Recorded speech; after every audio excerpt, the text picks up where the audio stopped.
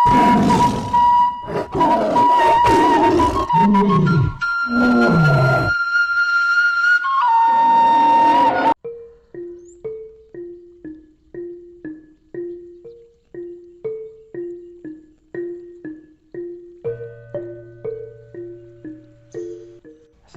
warahmatullahi wabarakatuh.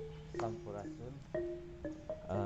Oke sahabat Ingsun, kali ini kita akan melakukan napak tilas kembali. Insya Allah kita akan berangkat menuju Sanghyang yang ada di Majalengka, yaitu kita akan ziarah kepada yang Sunan Tarung yang ada di sana. Untuk itu lebih jelasnya kita ikuti perjalanan kami. Dan jangan lupa like, subscribe, and comment.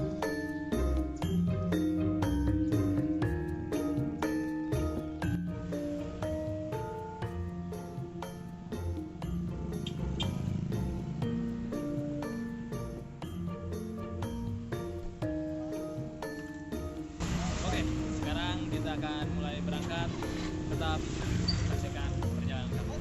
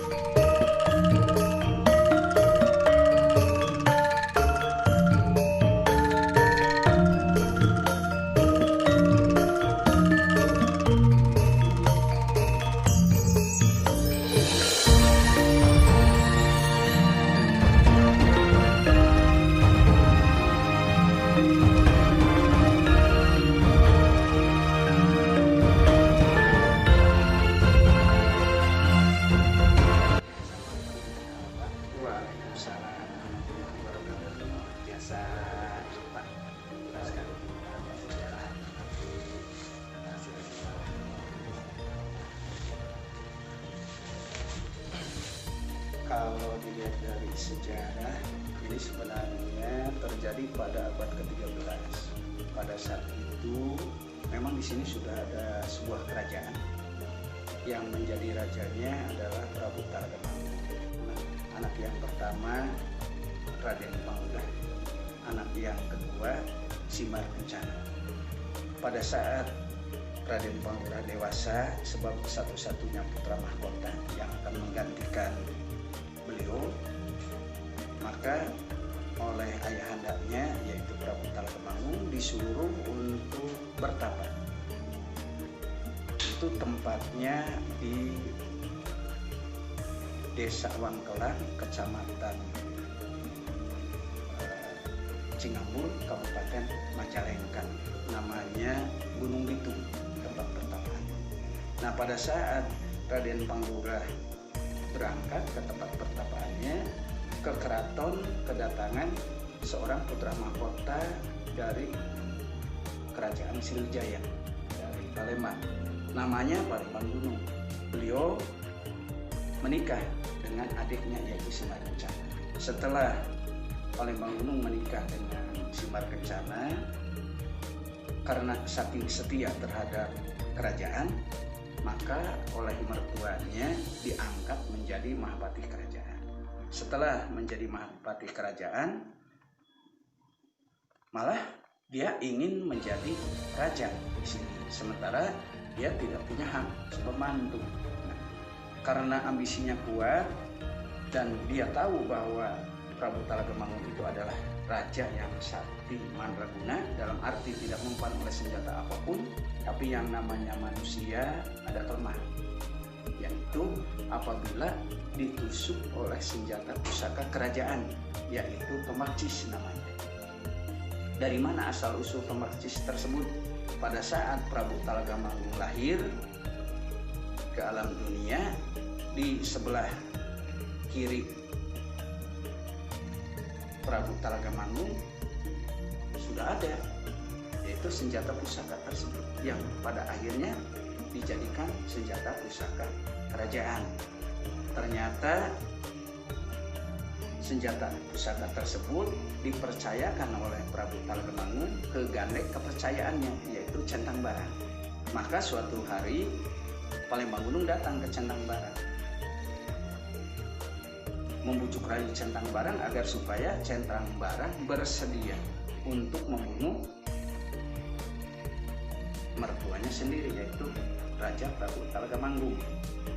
Dengan bujuk rayu akan diangkat menjadi Mahapati, menggantikan dirinya apabila Palembang Gunung sudah menjadi raja. Setelah itu maka terjadilah pada jam 4 subuh hari Sabtu, pada saat Prabu Talagemangun mau ke kamar mandi, kesempatan itu tidak disia-siakan oleh Centang Barang. Begitu berpapasan langsung ditusuk oleh senjata pusaka Tomarcis itu pinggang sebelah kiri. Ternyata terbukti nancap di pinggang. Diketahui oleh para prajurit, kata Prabu Talagemangun, tadinya mau dikejar oleh prajurit, jangan dikejar, biarkan saja, nanti juga kena ajab akibat perbuatan jahatnya.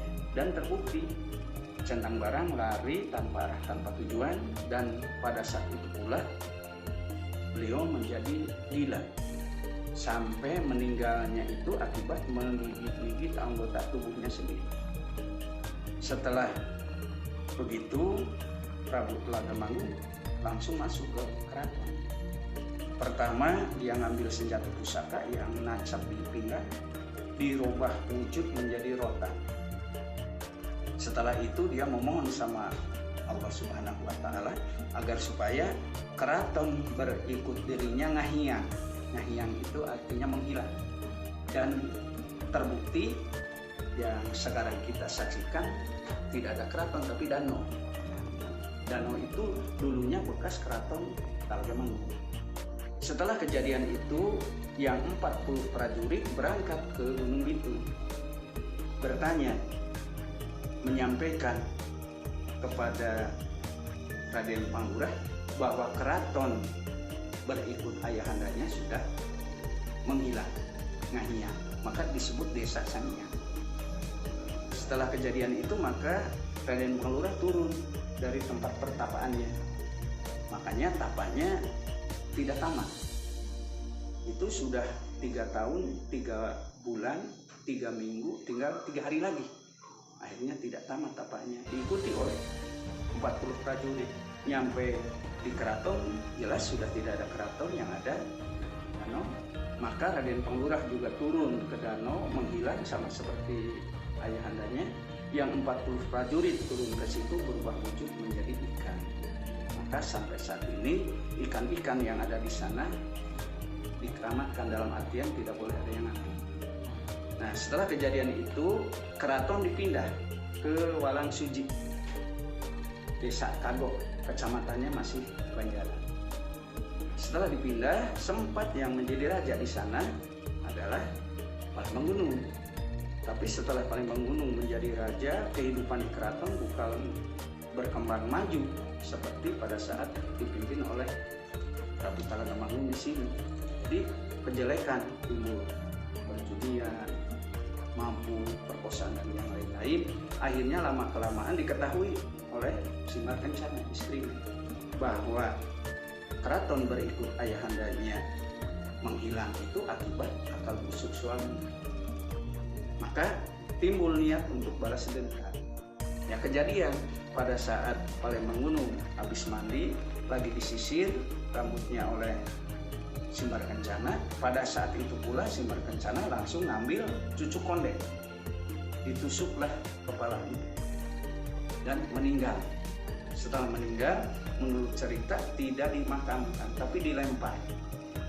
Maka antara desa Kagok dengan desa Cinambo, nah di desa Cinambo itu tetangga desa, ada yang disebut mencut atau pasir Palembang Gunung. Nah, setelah kejadian itu, maka pemerintahan dipegang oleh Sembar Kencana, maka disebut Ratu Sembar Kencana. Setelah dipegang oleh Ratu Sembar Kencana, keraton majunya sama seperti dipimpin oleh ayahnya di sini. Datang putra mahkota Ajar Kutamanggu keturunan Cirebon, namanya Raden Kusumalaya. Ditikah oleh beliau, punya keturunan 7. Nah, yang paling anak yang pertama ya ini Sunan Parung Talagamanggung Pucuk Umum. Ini ayahnya Eyang Wangsa Goparana Segarkan Sultan. Cucunya Raden Arya Wanidata Cukunckan.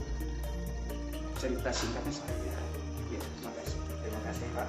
Ya, sejarah ini semoga bisa bermanfaat untuk kita semua.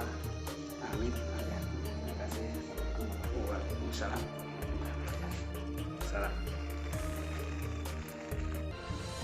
Oke, terima kasih sahabat Ingsun telah menyaksikan sejarah tentang Sunan Parung dan tempat-tempatnya di sini yang telah kita saksikan. Semoga bisa bermanfaat untuk semuanya. Tetap stay di channel kami. Jangan lupa klik subscribe, like, dan komen.